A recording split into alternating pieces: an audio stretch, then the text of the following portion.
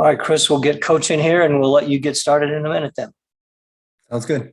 Are we okay? Yep. All right.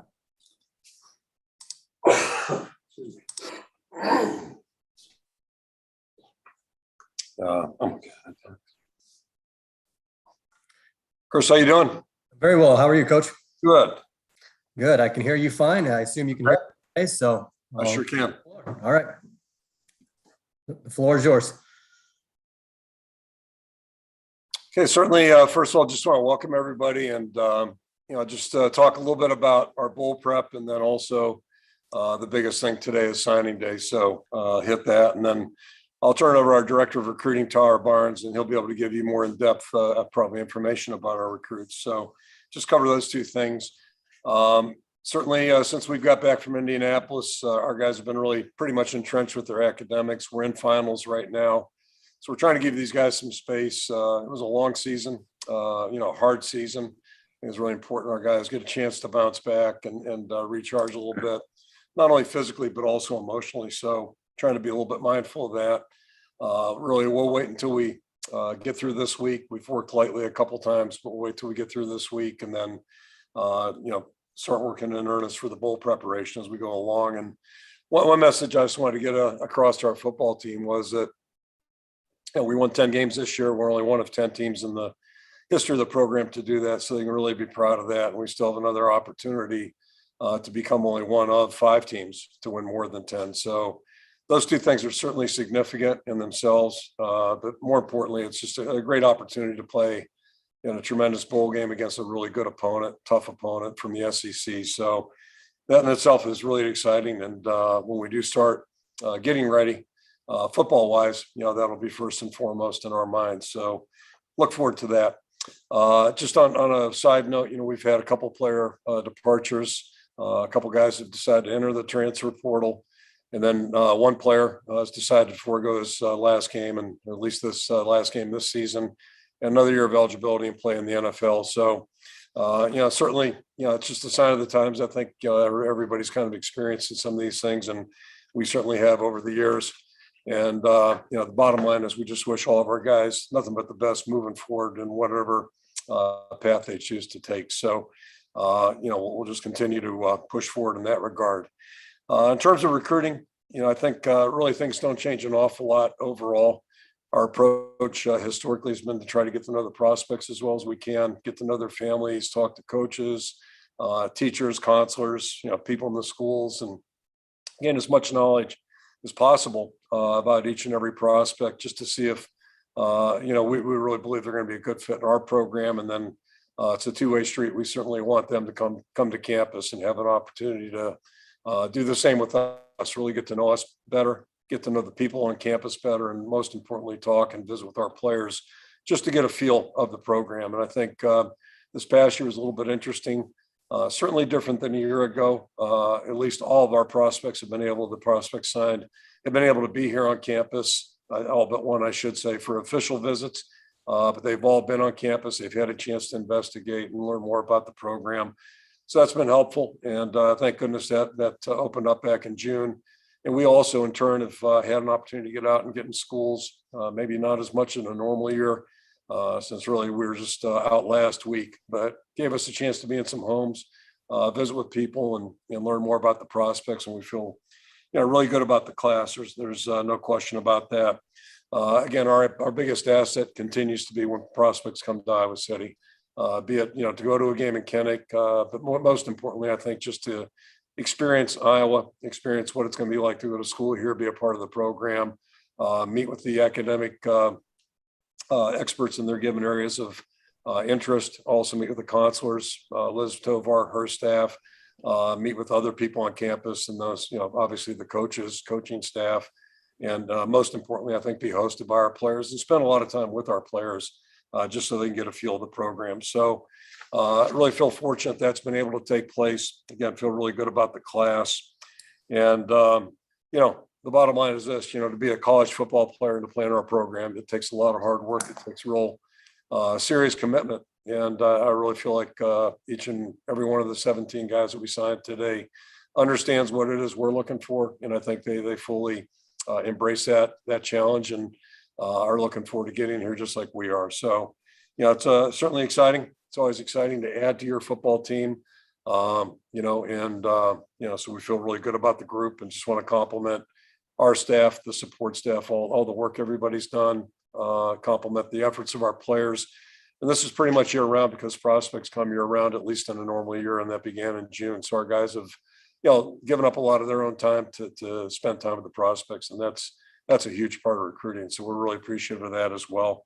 So all that being said, we're just really excited to have these guys join us, excited to have their families be part of the program. And with that, I'll throw it out for questions, and then Tara Barnes will come and, just help fill in some blanks for you. But I'll throw it out for questions.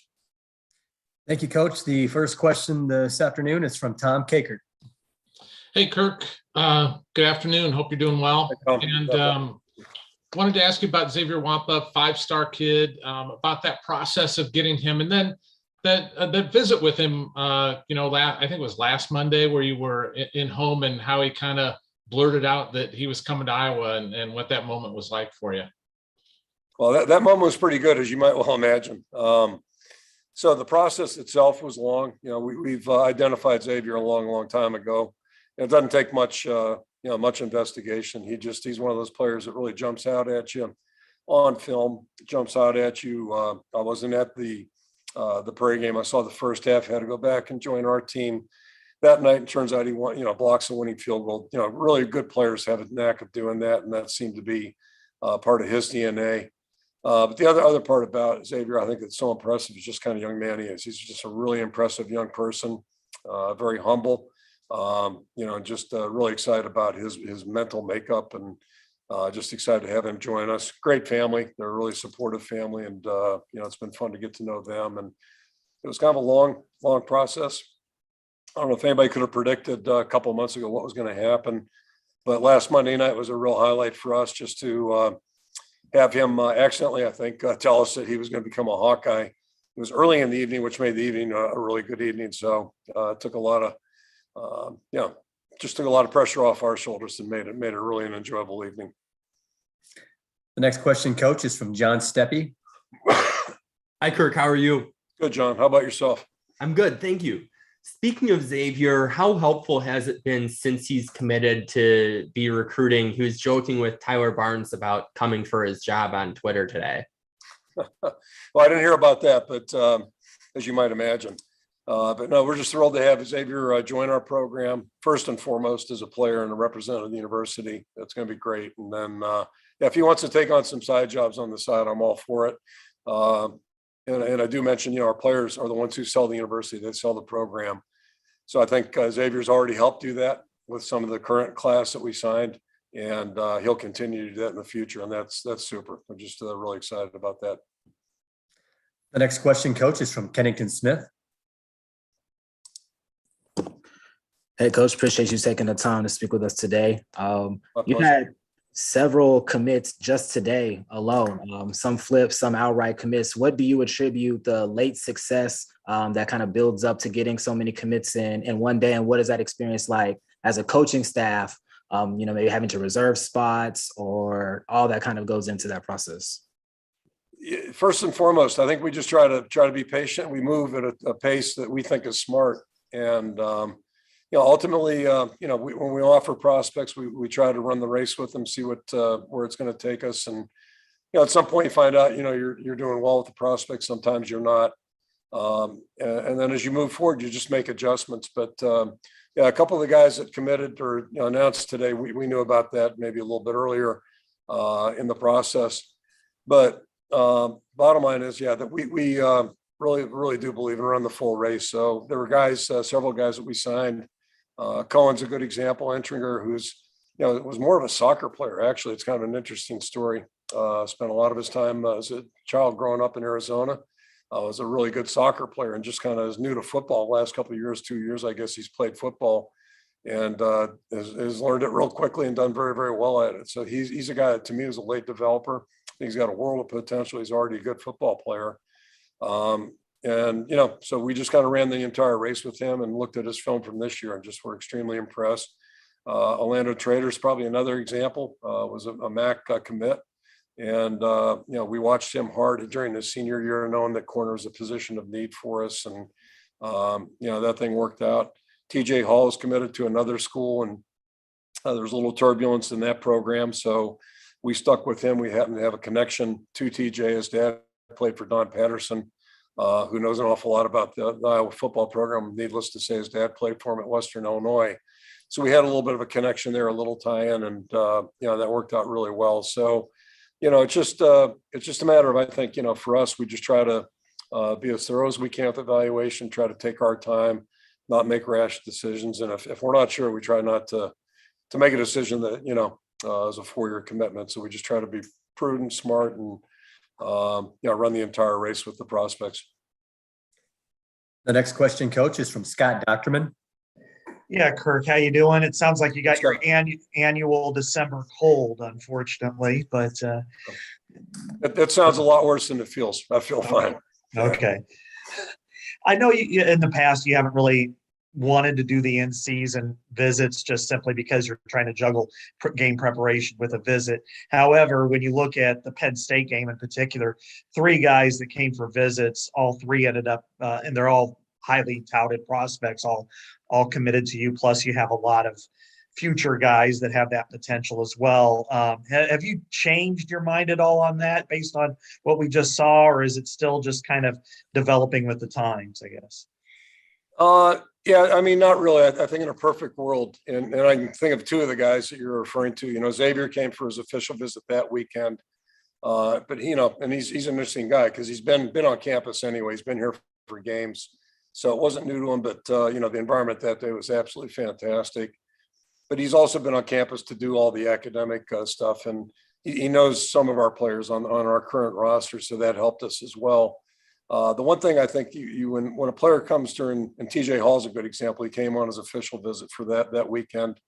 What you miss out on is, they don't get as much time with our players because our players are sequestered on Friday night.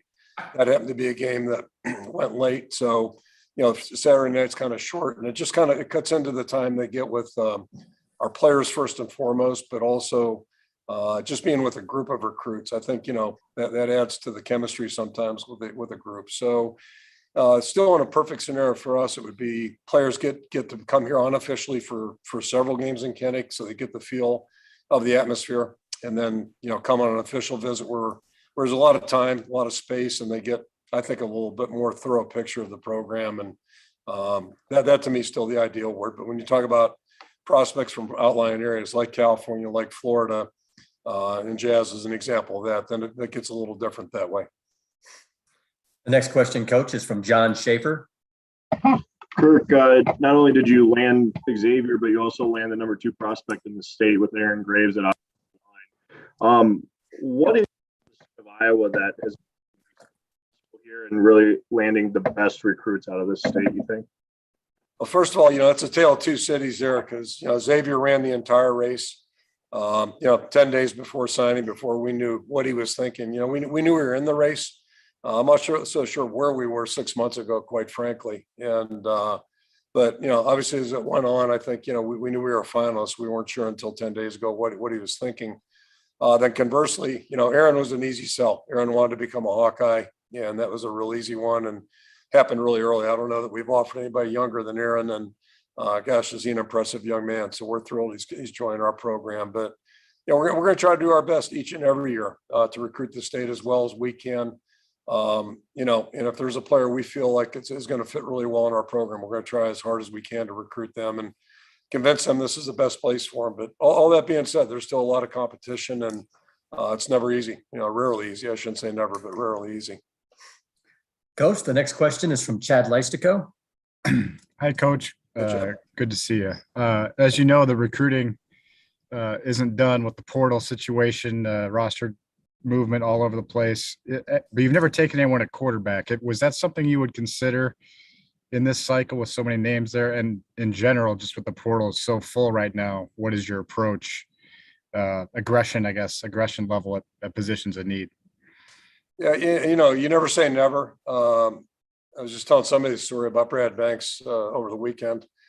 When Brad came here, we were looking to get a high school quarterback, and that was our goal, try to build with somebody who's going to be here for a longer period than a year or 2 years.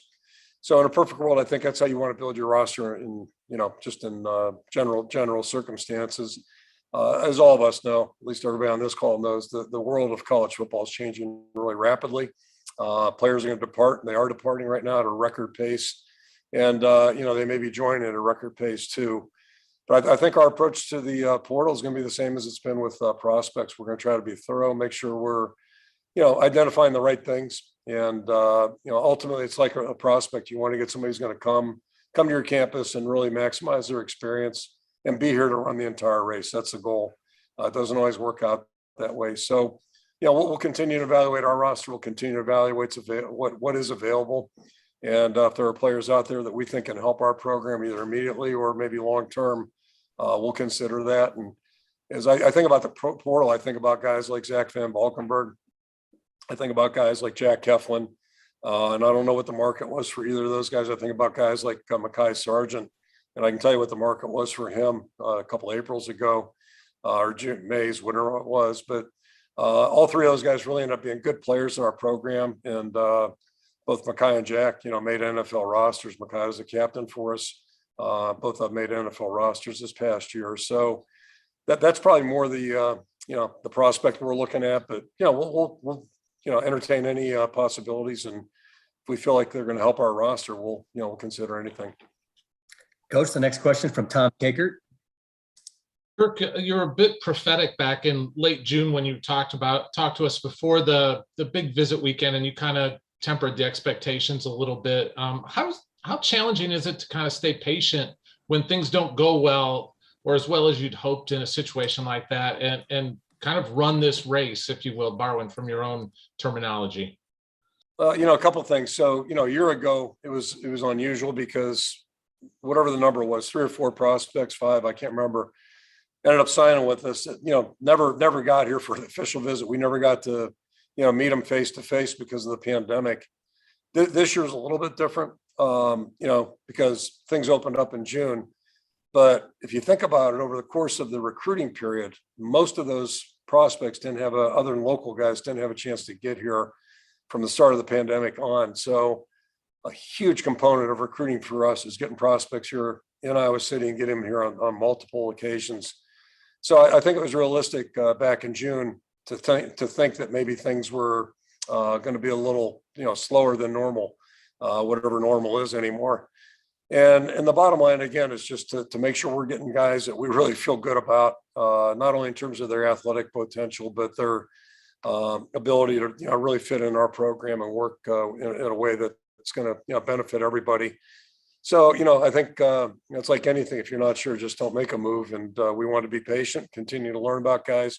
I think all of us were confident too that there would be good stories that would emerge. Guys like Orlando, guys like Cohen, that had their best football still in front of them, well in front of them. And, it just panned out that way. It really worked out to our advantage, I think. And TJ Hall's another example.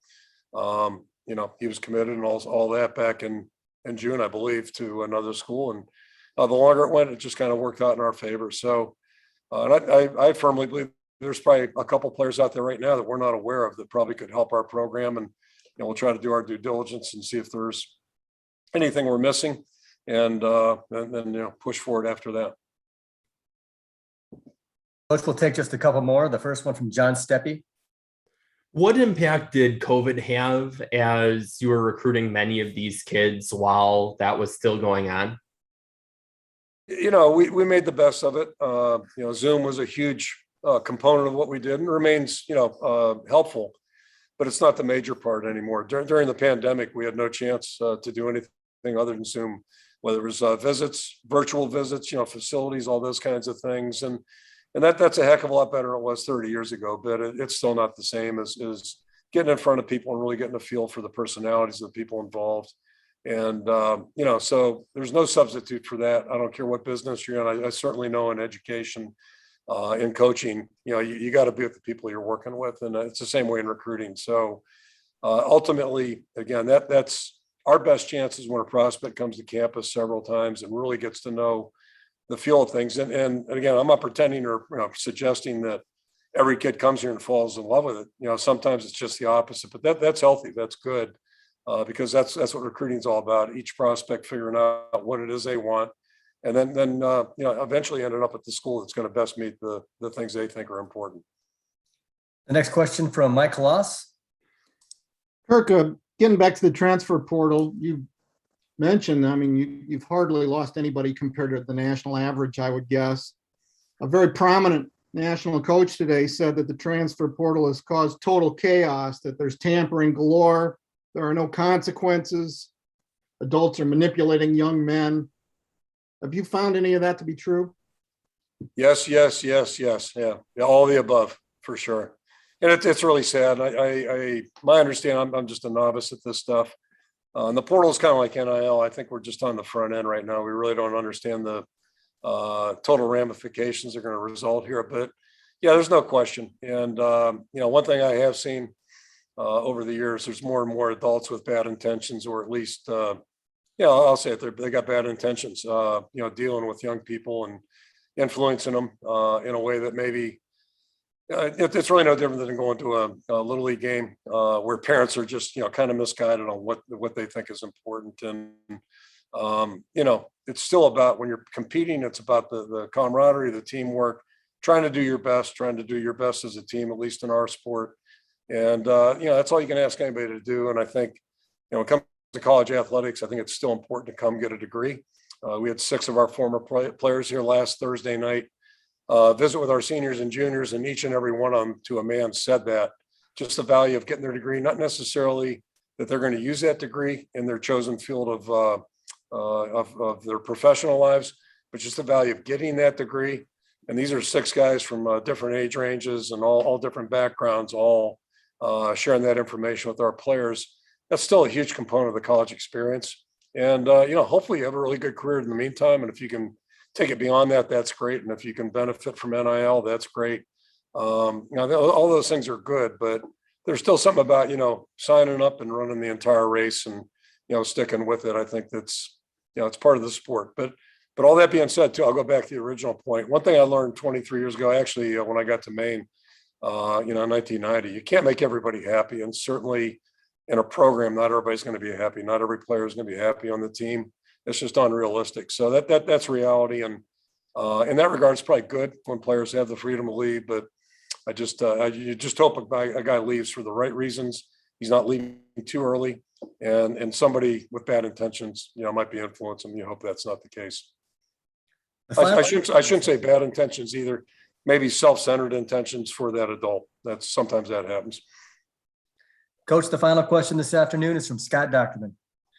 Yeah, Kirk, just one question about quarterback now. I mean, at the midpoint from the championship game to the bowl, have you made a decision as far as who's going to start, or is that still in flux at this point? Yeah, this may shock you. I've not looked at one play of Kentucky yet. And I think we've been on the field, let me think, 3 times maybe. I think I'm correct in that saying, all right, yeah. I think we've been on there 3 times for about an hour with our older guys. So, I mean, we're not even remotely close to thinking about that right now. We're just trying to keep our guys moving a little bit, let them sweat, no contact, get them on the field, off the field, and we'll start preparing next week. And, our attention as coaches has been on recruiting, getting our guys warmed up. We had a big recruiting weekend this past weekend, and, we're really start thinking about football here as these finals wind down. And, we certainly are not going to win or lose a bowl game at this point just because of what we've been doing. We got more time. I was telling the staff today, I can remember last time we went down there. I think we probably went down 9 days before the game. I had not seen a stitch of film on LSU because back then the recruiting rules had us traveling right up almost till departure. So it was just like a madhouse. And, my fear right now is we'll probably have too many ideas up on the board next week because we still have time to get going. But no, I mean, personnel stuff, we'll just see who's healthy, who practices well here in the next couple of weeks, and we'll go with the best guys to give us a chance to win this game. It's going to be a tough game, but we look forward to that. So, thanks. Okay. All right, Coach. Thanks for your time. I'll close it down, and Tara Barnes, our director of recruiting, will take it over from here. Thanks, guys. Thank you, Coach.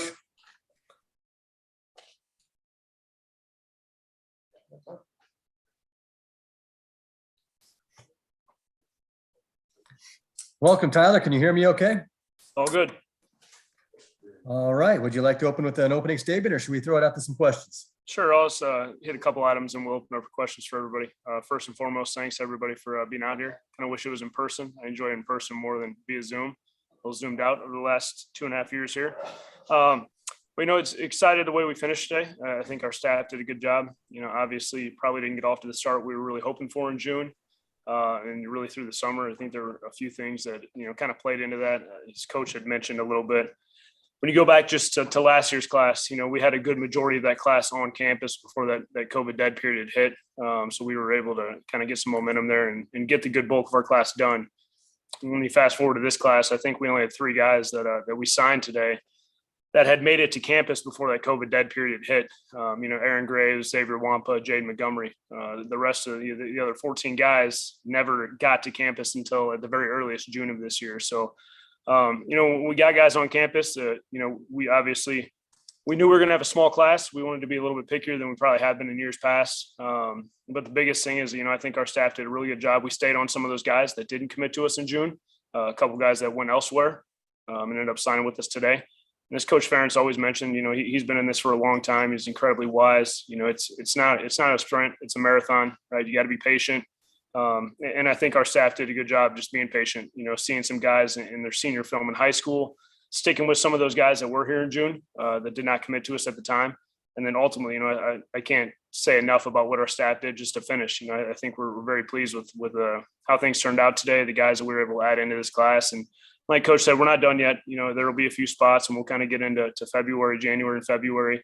We'll see what's out there, both high school wise and portal wise. And then we'll keep adding to this class. And I can't give you the definitive number. It's pretty fluid. We still have some guys here on the roster that are probably making some decisions and we'll have a better picture, I think, once we get through our bowl game, just to have an idea of, really what the remaining needs are for this 22 class. So with that being said, I'll open up for questions for you guys. Thank you, Tyler. The first question this afternoon is from John Schaefer. Tyler, when you land a recruit like Xavier, what does that do for the rest of the week for you and trying to land some of those guys that maybe haven't committed yet? Yeah, it's that was an interesting recruitment. If you go back to April, May, even June, I think if anybody in our staff told you that we felt good about that recruitment, they're lying to you. I think we were probably definitely on the outside looking in. We were able to get him here unofficially in the summer, which was huge. But for us, it's, there is a difference even on an in-state kid coming unofficially to officially. So, getting him here in June was huge. And I think, me personally, I really felt it started to turn a little bit in August. He was down here for an open practice. He was back here for an Indiana game. Probably when I got most confident and excited about everything. He went to the Iowa State game with his father. They bought their own tickets. His dad was an All-American sprinter at Iowa State. Xavier was extremely brave and wore an Iowa shirt to that game. So for me right there, I was like, okay, we've got to be making up some headway here. And after the Indiana game, he talked about setting up an official visit for Penn State. So I knew we were kind of, we were creeping back into the picture probably a little bit more than people had realized. But you never want to get, too excited about a recruit, especially someone in the caliber of Xavier, just the status he's had in the state and around the country. So, fast forward to it, I felt pretty good about a month and a half, 2 months out. There were obviously some bumps in the road there, and Xavier would be an incredible poker player because he doesn't give away anything, no tips to anybody, as well as his mom. But once we kind of got into it, me personally, I was really nervous when Notre Dame hired Marcus Freeman. I know they were really close.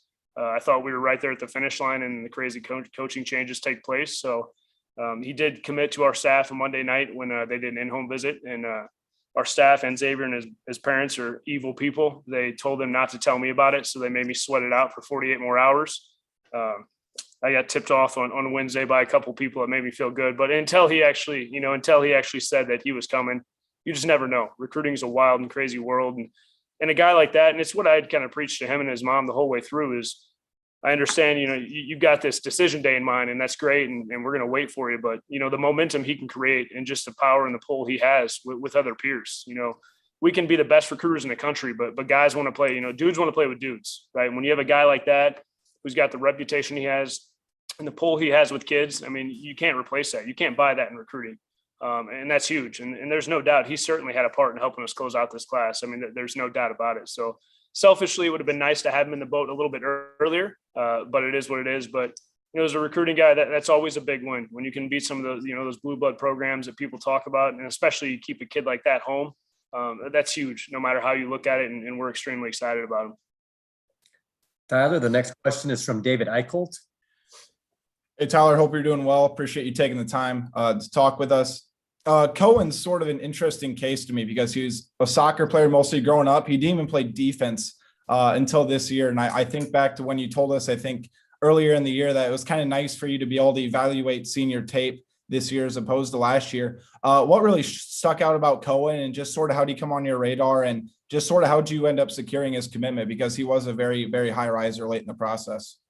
Yeah, so Cohen was committed to Central Michigan, and I actually had saw Colorado offered him. It may have been about 6 weeks ago now, and we have somebody in our office. Anybody in a 6 or 7 hour radius, any Division I offer they get, we put together a list every single day, and that's handed out just so we can stay on top, making sure we're not missing any of those guys. And I saw Cohen's name there, and I pop on his phone, and within 6 clips, I texted Phil, and I was like, hey, you need to get down there and watch this kid. I mean, this kid's a little bit different. And we were recruiting, his teammate who signed with Wisconsin today, actually about the same time. We had just offered his linebacker teammate, Aiden Vaughn. And it's funny because you got, Aiden was the same way. Aiden was a guy that had, was committed to Air Force, didn't have many offers, really blew up in his senior year, ended up signing with Wisconsin ultimately today. But Cohen's on the same team right behind him making plays. And with that, just reached out to the kid, got a little bit more background on him, obviously talked to his high school coach. And the more we learned about Cohen and the more we talked to him, the more we really fell in love with the kid. And it's, he's an incredible kid and incredibly smart. He's got a chip on his shoulder. He actually, he attempted to play football his first or second year at his high school in Arizona. And his high school coach told him he wasn't good enough and that he wasn't going to be able to play there. Fast forward, he moves to Michigan. He goes to a school in Ann Arbor. They play him at receiver there. He doesn't do a whole lot. And then he finishes at Walled Lake Western, where the coach, kind of saw his skill set and was like, we're going to play you on both sides. And this is what he does on film. Is he's a big kid. He's all of 6'2", 205 pounds. He runs like the wind. He's got great ball skills, really smart for a second-year football player, a football junkie. And then when you're around him, he's just got an infectious personality. He's a guy you really want to be around, you really like. And, and for some reason that, Phil, the way we recruit, I think Phil tried to talk him out of coming here just to see if he was really a fit and what we were looking for. And the kid had a really good relationship with Phil, a really good bond with him. And, really had a good bond with the other DBs that were here, including Xavier. So it is good. You never know when you get to watch senior film, you get to see how guys develop. It could be a first-year football player. It could be a guy that was under-recruited or under the radar for some reason. But, Cohen's a great example, and we're certainly excited to have him in the fold. Tyler, the next question from Tom Kakert. Hey, Tyler. Good to talk to you. Wanted to ask you about Carson May in the process of finding a quarterback in this class, because that's always an interesting journey, and flipping Caleb Johnson. I know you guys were in on him early, and then he commits to Cal, and then you get him back, and how that process played out. Yeah, Carson was a guy that kind of popped on my radar just based on what he did in his junior year. He was putting up kind of PlayStation numbers down in Oklahoma, and a guy that really didn't have a whole lot going on, had a couple of smaller school offers. And a guy we were talking to, as the COVID dead period was coming to an end, got him up here to camp, did a really good job.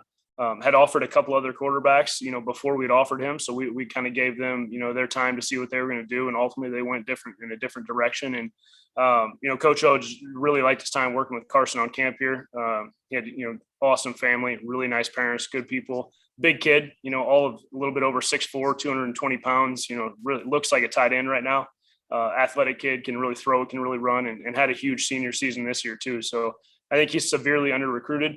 And I'm not the only one. I've talked to a few recruiting guys around the country when he committed to us that were all, giving us kudos that, this kid's kind of flying under the radar. So excited about Carson. He's a pretty stoic, kind of quiet kid, but he's definitely a gamer, and it's fun to watch his film. And then Caleb, we offered Caleb when Coach Foster was here as our running backs coach early on. And, you can't teach size. Caleb's 6'2", 200, he was 225 pounds this past weekend on campus, and still got a 12-pack and a big kid. And just how fluid he is on film. Some of the stuff he does, he's extremely fast. He's really fluid for a big guy. Obviously can run through tackles and run through contact. And it's a good kid. Initially we were supposed to get him here in June. Didn't quite make it out. Ended up committing to Cal. Kind of stayed on him. Obviously, I think our start to the season helped out in that recruitment there. And we got him back here unofficially for the Penn State game. And at that point, it was kind of over. So, we're looking forward to get him here again. We haven't had a guy his size in a long time here, so it'd be good to add a little size to that running back room. The next question, Tyler, is from John Steppe. Hey, Tyler, how are you? Good. Thank you, John. So with a good chunk of this recruiting happening over Zoom, how do you pitch kids on Iowa without them actually being on foot on campus?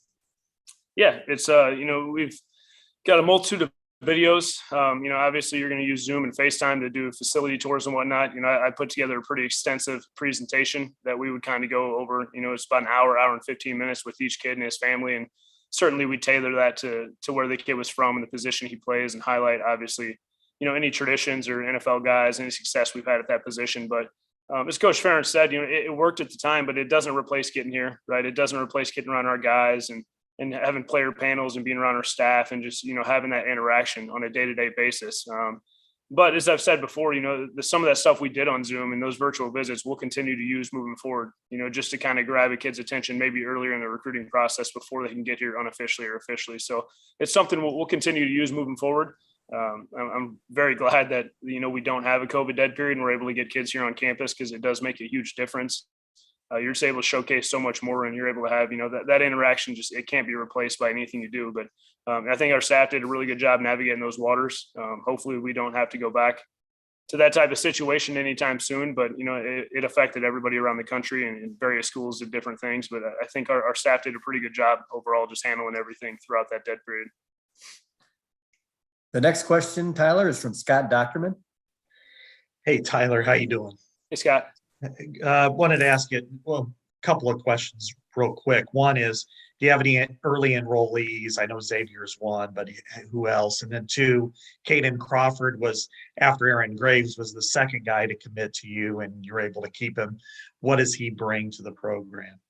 For sure. Yeah. As of right now, we have 4 guys that will enroll early. That number could grow. There's a couple of guys kind of checking things out with their school, and we're working through that currently. But 3 scholarship guys. So, Brian Allen, who just signed with us and committed today, Caden Crawford, who you just mentioned, and Xavier Wampa, and then our walk-on kicker, Drew Stevens. So they're all set to be here in January. They'll get up and rolling.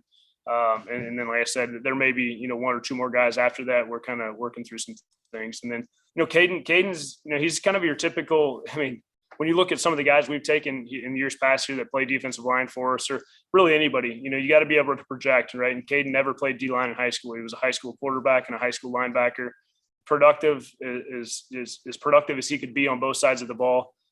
Tough kid, big kid, a little bit over 6'4", 245, 50 pounds right now. He's got a big frame. Comes from an extremely athletic family. Both parents are really good athletes. His sister's a volleyball player right now at Kansas. Had an uncle that played for the Kansas City Chiefs for a long time. So, the bloodlines were there, but just a lot of the same stuff we're looking for really any position we're trying to evaluate. He played with an extremely high motor. He's a tough kid. He's productive. He runs well. And it's going to be a projection on the D-line, but he's got all the tools in place and everything we're looking for. We felt good about him. And he was excited about us out of the gate. He kind of knew what we were about. He knew that we had history and success, projecting kids and kind of developing kids, all across the D-line there. So he was the second guy to raise his hand and jump on board. And we're pretty happy that he stuck through everything and excited to get him here in January. Tyler, the next question is from Mike Halas. Hi there. Back in the summer, you made a public statement saying the amount of negative recruiting that you'd heard over the last month was laughable. I was wondering, did that carry on all the way through up until today? What are you facing? You've obviously beaten it back, whatever it was. Yeah, it never stops. It never stops. Obviously, it's, our head coach has been here 23 years, the longest tenured head coach in the country. So everybody's going to talk about retirement. That's the first thing they always attack. And, it's laughable. It is what it is. But, we try and address whatever's been said. We try and address it with facts and history here, and just show the kids and the parents that, this isn't true.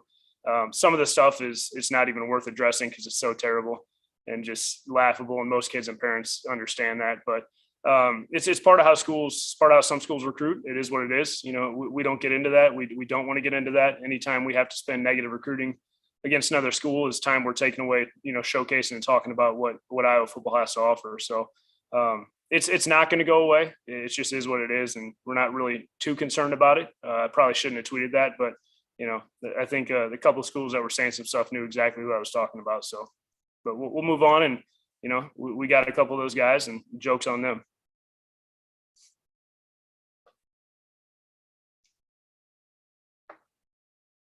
Excuse me, Tyler, we have a couple more questions for you. And the first is from Tom Caker. Tyler, I wanted to talk about one of the guys that you flipped, Brian Allen, who's coming in early. What was that process like with him? I know you guys had some hurdles that you had to overcome with, Jason Manson being at the school, and what was that process like? Yeah, it was, unfortunately for us, that just, getting everything cleared through NCAA didn't line up timing wise like we had hoped, and I think how Brian's family had hoped. And we kind of ran out of time there. But, eventually we got things taken care of. And, when he opened things up, we felt good about where we were at in the process with him. And, obviously, and rightfully so, he garnered some more attention and some other offers, but just kind of stuck through it, through the long run, kept swinging away on Brian. And, we're glad he made the decision to be a Hawkeye. We felt pretty good about it the whole way through, but again, you never know, especially when some other schools come calling. But, I think, even after his visit, I think he knew this is where he wanted to be. We just had a couple of hurdles we had to jump with the NCAA, but, we got it taken care of and done, and it's everything's good now. And we're looking forward to getting him here in January. Next question, Tyler, is from Scott Docterman. Yeah, I wanted to ask you about Aaron Graves, who's been committed since he was 15-year-old freshman, and committed very quickly, and you never really had to worry about him. But what jumps out to you about him, and what do you expect from him from day one coming on campus? Yeah, first of all, that was a really good article you wrote. That was really good. I thought it encapsulated what Aaron's about and his family and just who he is as a person, to a T. But Aaron, I actually wanted to offer Aaron after the first 2 games of his freshman year in high school film. I had to be told to slow it down a little bit by our coaching staff, but I saw all I needed to see, which is easy because he never came off the field in those 2 games as a freshman. And, when you know how big he is, obviously a 6'5", 270 pounds, built like one of those Nike mannequins you see with a 12-pack. It was pretty easy, but then he came to camp and it was real quick. It took about 10 minutes in camp to know what we had there. And it's funny because, he ended up calling coach a few days afterwards, and coach may have told this story, but, and I think, Doc, you hit it in your article there, but, Coach Ferentz offered him, and before he get the offer out of his mouth, Aaron just asked, how do I commit? And it's, well, you just tell us you want to come. And that was that. And we kind of knew we wanted to be a Hawkeye. We didn't think he was going to commit on the spot there. But just, everything about Aaron, right? Incredibly smart kid, 4-sport athlete, dominated on the basketball court and wrestling. Last year, did both sports for the first time wrestling, finished 4th in the state, which is pretty impressive in the state of Iowa. Obviously wrestling's pretty good. High school wrestling is pretty good in the state. And just the way he operates, he doesn't have Twitter. That's his own choice. So he's a little bit of a throwback. That doesn't happen very often with teenagers in this society. But he doesn't stop. He doesn't take a play off. It's high motor. He's all out effort, every single snap. Which you just don't see a ton, especially from big guys, but for Aaron, that's just how he plays. That's how he's wired. And he's such a good kid from an awesome family. I mean, he's the epitome of an Iowa Hawkeye, and we're obviously thrilled to get him here. And, it's nice to have a guy commit that early, and probably the lowest maintenance recruit in the history of Iowa football.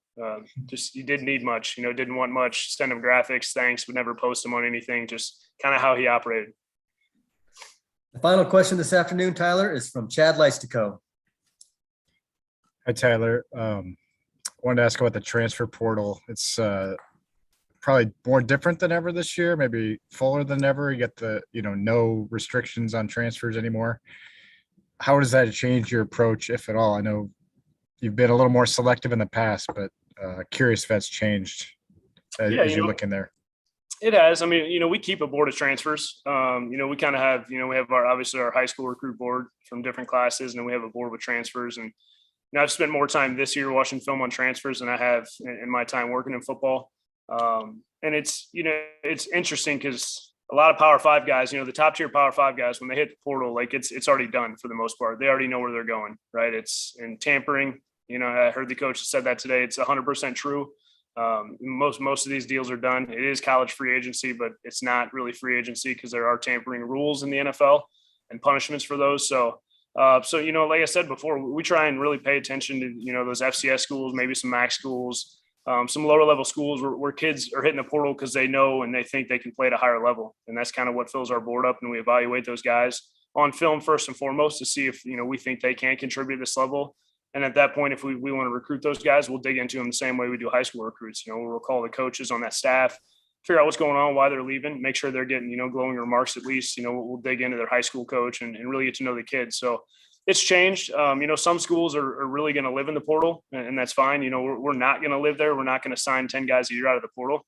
If we have definitive needs or immediate needs, absolutely, we're going to look in there and we're going to try and identify those guys and help out those needs. But I still go back to, and I think Coach Ferentz agrees, it's pretty dangerous to build and sustain a team when you're taking 10 to 15 transfers a year, because you got to keep replacing those guys. So at some point, there's got to be development of your young guys and your high school kids. And at the end of the day, that's what we're about at Iowa football, and we're going to continue to be about that. But we're certainly, we probably got a more open eye to the transfer portal than we have in the past. And it's not going anywhere anytime soon. Chad, you're right. I think it's a record number. I think the last 3 months there have been a record number of guys entering the portal. And the sad part is some of these kids are leaving situations that are probably much better for them currently than what's going to be in the future. And that's the hard part, is when you see some of these kids that are going to be left without spots. And you wish they'd stay there and stick it out and try and earn their way wherever they're at, because the grass is not always greener. So, and that's the same thing with us too. When we take a transfer kid, it's going to have repercussions on that position room, that unit. So we've got to be incredibly smart and diligent on who we decide to bring in here. And that's the same way we operate with high school recruits. We're going to do exactly the same way with the transfer portal. All right, Tyler, congratulations on this recruiting class, and we thank you for giving us your time this afternoon. Thanks, everybody. I appreciate it. You bet. Be safe out there. Goes for everyone else. Be safe out there. Thanks. For joining us. Catch you later. Thanks, Chris. Thanks, Steve. Thanks.